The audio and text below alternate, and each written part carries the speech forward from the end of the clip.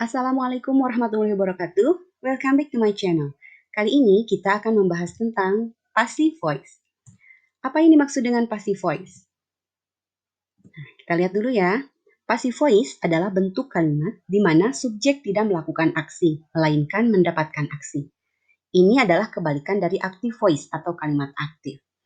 Dalam bahasa Indonesia, kalimat pasif ditandai dengan kata kerja yang berawalan di atau ter. Supaya lebih jelasnya, Ibu akan beri contoh dulu perbedaan antara kalimat aktif dengan kalimat pasif dalam bahasa Indonesia ya.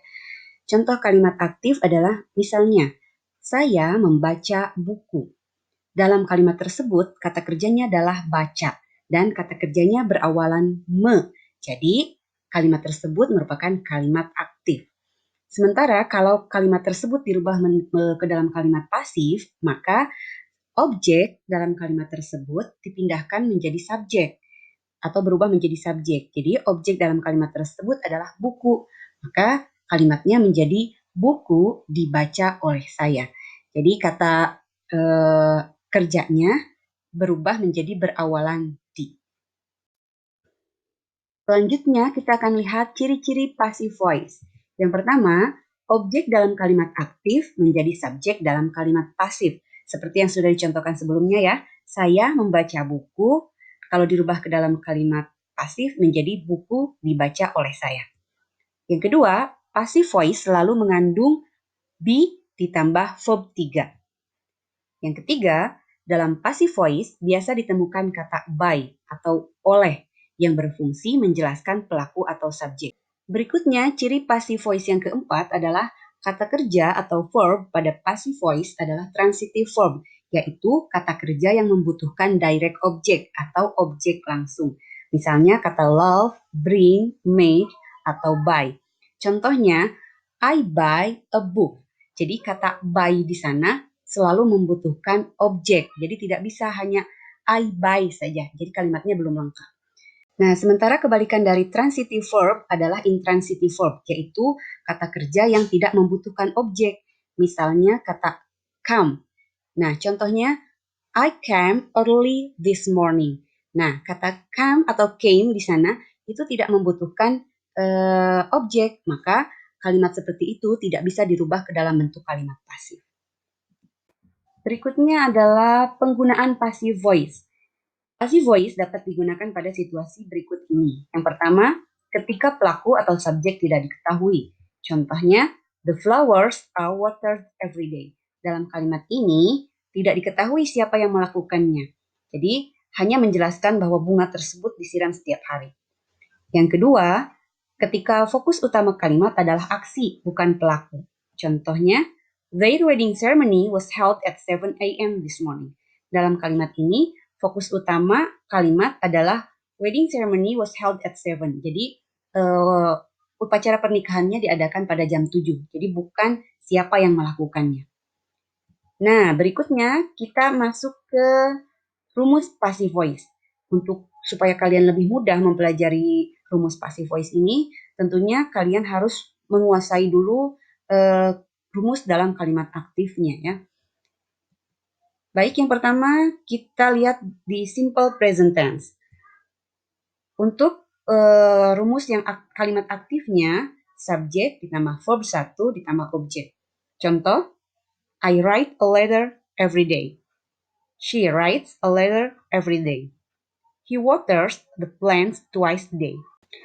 Sebelum kita rubah ke dalam bentuk kalimat pasif, Ibu akan sedikit mengulang dulu kalimat simple present tense dalam bentuk aktifnya. Di sini ada sedikit perbedaan antara kalimat pertama dengan kalimat kedua dan kalimat ketiga.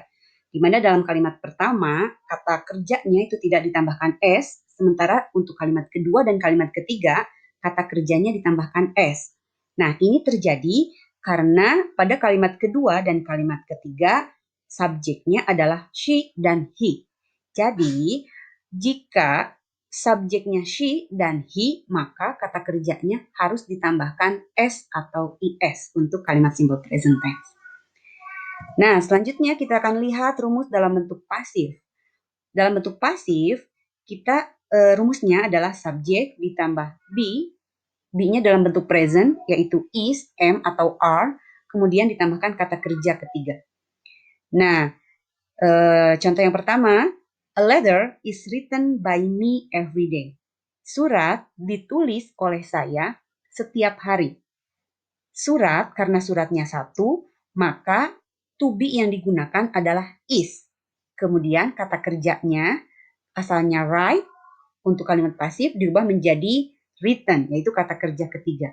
Kemudian by me itu adalah perubahan dari kata I, kalau sebagai subjek adalah I, maka kalau sebagai objek berubah menjadi me. Kemudian yang kedua, a letter is written by her every day. Di sini perbedaannya hanya antara me dengan her. Kalau dari I menjadi me, kalau dari she menjadi her. Kemudian yang ketiga, the plants are watered by him. The plants, karena plants-nya itu banyak, lebih dari satu, maka to be yang digunakan adalah are. Kemudian kata water berubah menjadi watered. Ini verb 3. Kebetulan ini adalah regular verb, jadi tinggal menambahkan ed saja. Kemudian yang terakhir, by him. Him itu adalah perubahan dari kata he. Kalau he menjadi objek, berubah menjadi him. Selanjutnya, rumus yang kedua adalah simple past tense. Simple past tense itu digunakan untuk kalimat dalam bentuk lampau. Contoh keterangan waktunya adalah last night, yesterday, 2 days ago, last month, dan lain-lain. Rumus untuk kalimat aktifnya yaitu subjek ditambah verb 2 ditambah objek. Contoh kalimat yang pertama, he bought 5 books yesterday. Dia membeli 5 buku kemarin. Kata bought itu adalah verb 2 dari kata buy. Kemudian yang kedua, she wrote a letter 2 days ago. Wrote itu adalah verb 2 dari kata write. Dan yang ketiga, I drank a cup of coffee last night.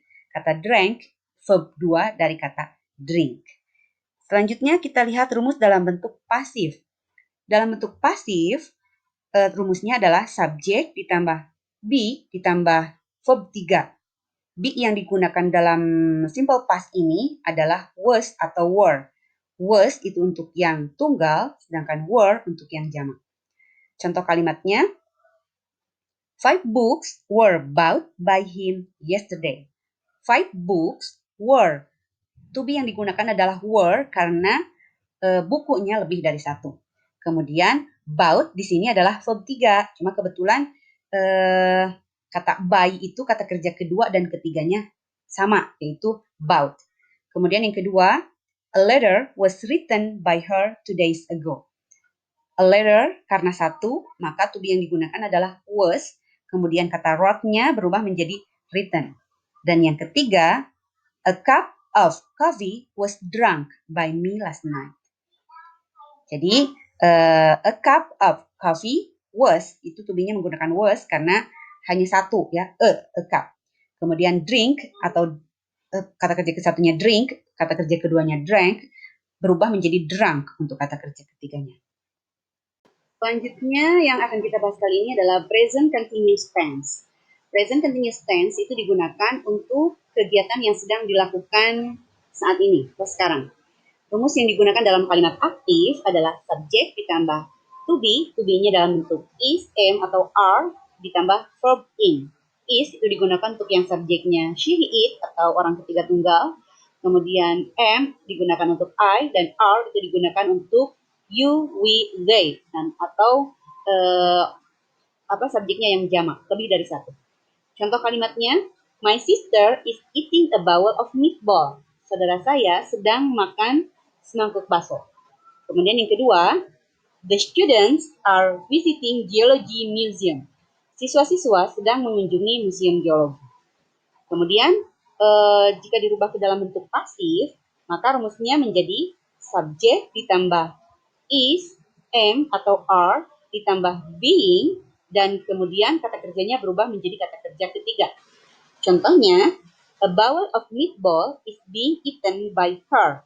Semangkuk bakso sedang dimakan olehnya. Kemudian yang kedua, geology museum is being visited by the students or by them. Jadi, museum geologi sedang dikunjungi oleh siswa-siswa atau oleh mereka. Selanjutnya, yang keempat adalah future tense. Future itu adalah menyatakan kalimat yang akan terjadi atau kegiatan yang akan terjadi di masa yang akan datang. Rumus untuk kalimat aktifnya yaitu adalah subjek ditambah will ditambah kata kerja ke satu. Contoh kalimatnya, we will finish our homework tonight. Will finish. Jadi kami akan menyelesaikan PR malam ini. Kemudian yang kedua, they will conduct a family gathering next month. Mereka akan mengadakan acara pertemuan keluarga bulan depan. Nah, sekarang kalau dirubah ke dalam bentuk kalimat pasif, maka rumusnya berubah menjadi subjek ditambah will ditambah be ditambah verb 3. Maka kalimatnya berubah menjadi our homework will be finished tonight. PR akan kami kerjakan, akan dikerjakan malam ini. PR akan dikerjakan malam ini. Jadi, will ditambah be, kemudian kata kerjanya dirubah menjadi kata kerja ketiga. Jadi yang asalnya finish menjadi finished ditambah ed. Kemudian yang berikutnya, yang kedua, a family gathering will be conducted next month. A family gathering, acara pertemuan keluarga, akan diadakan bulan depan. Jadi hanya tinggal menambahkan will, be, kemudian kata kerjanya dirubah menjadi kata kerja ketiga. Selanjutnya, rumus yang terakhir yang akan kita bahas kali ini adalah present perfect tense. Nah, untuk kalimat aktif, rumus present perfect tense itu adalah subjek ditambah has atau have ditambah verb 3. Has itu digunakan untuk yang subjeknya she, he, atau it, dan have digunakan untuk yang subjeknya I, you, we, they. Nah, contoh kalimatnya adalah she has finished her homework. Dia sudah menyelesaikan PR-nya. Yang kedua, I have submit my assignment. Saya sudah mengumpulkan tugas saya. Dan yang ketiga, she has read 3 books for 2 hours. Dia sudah membaca 3 buku selama 2 jam. Nah, kalau kita rubah ke dalam bentuk pasif, rumusnya berubah menjadi subjek ditambah has atau have ditambah been ditambah verb 3. Contoh kalimatnya menjadi her homework has been finished. PR-nya sudah dikerjakan atau diselesaikan. Kemudian yang kedua, my assignment has been submitted. Tugas saya sudah dikumpulkan.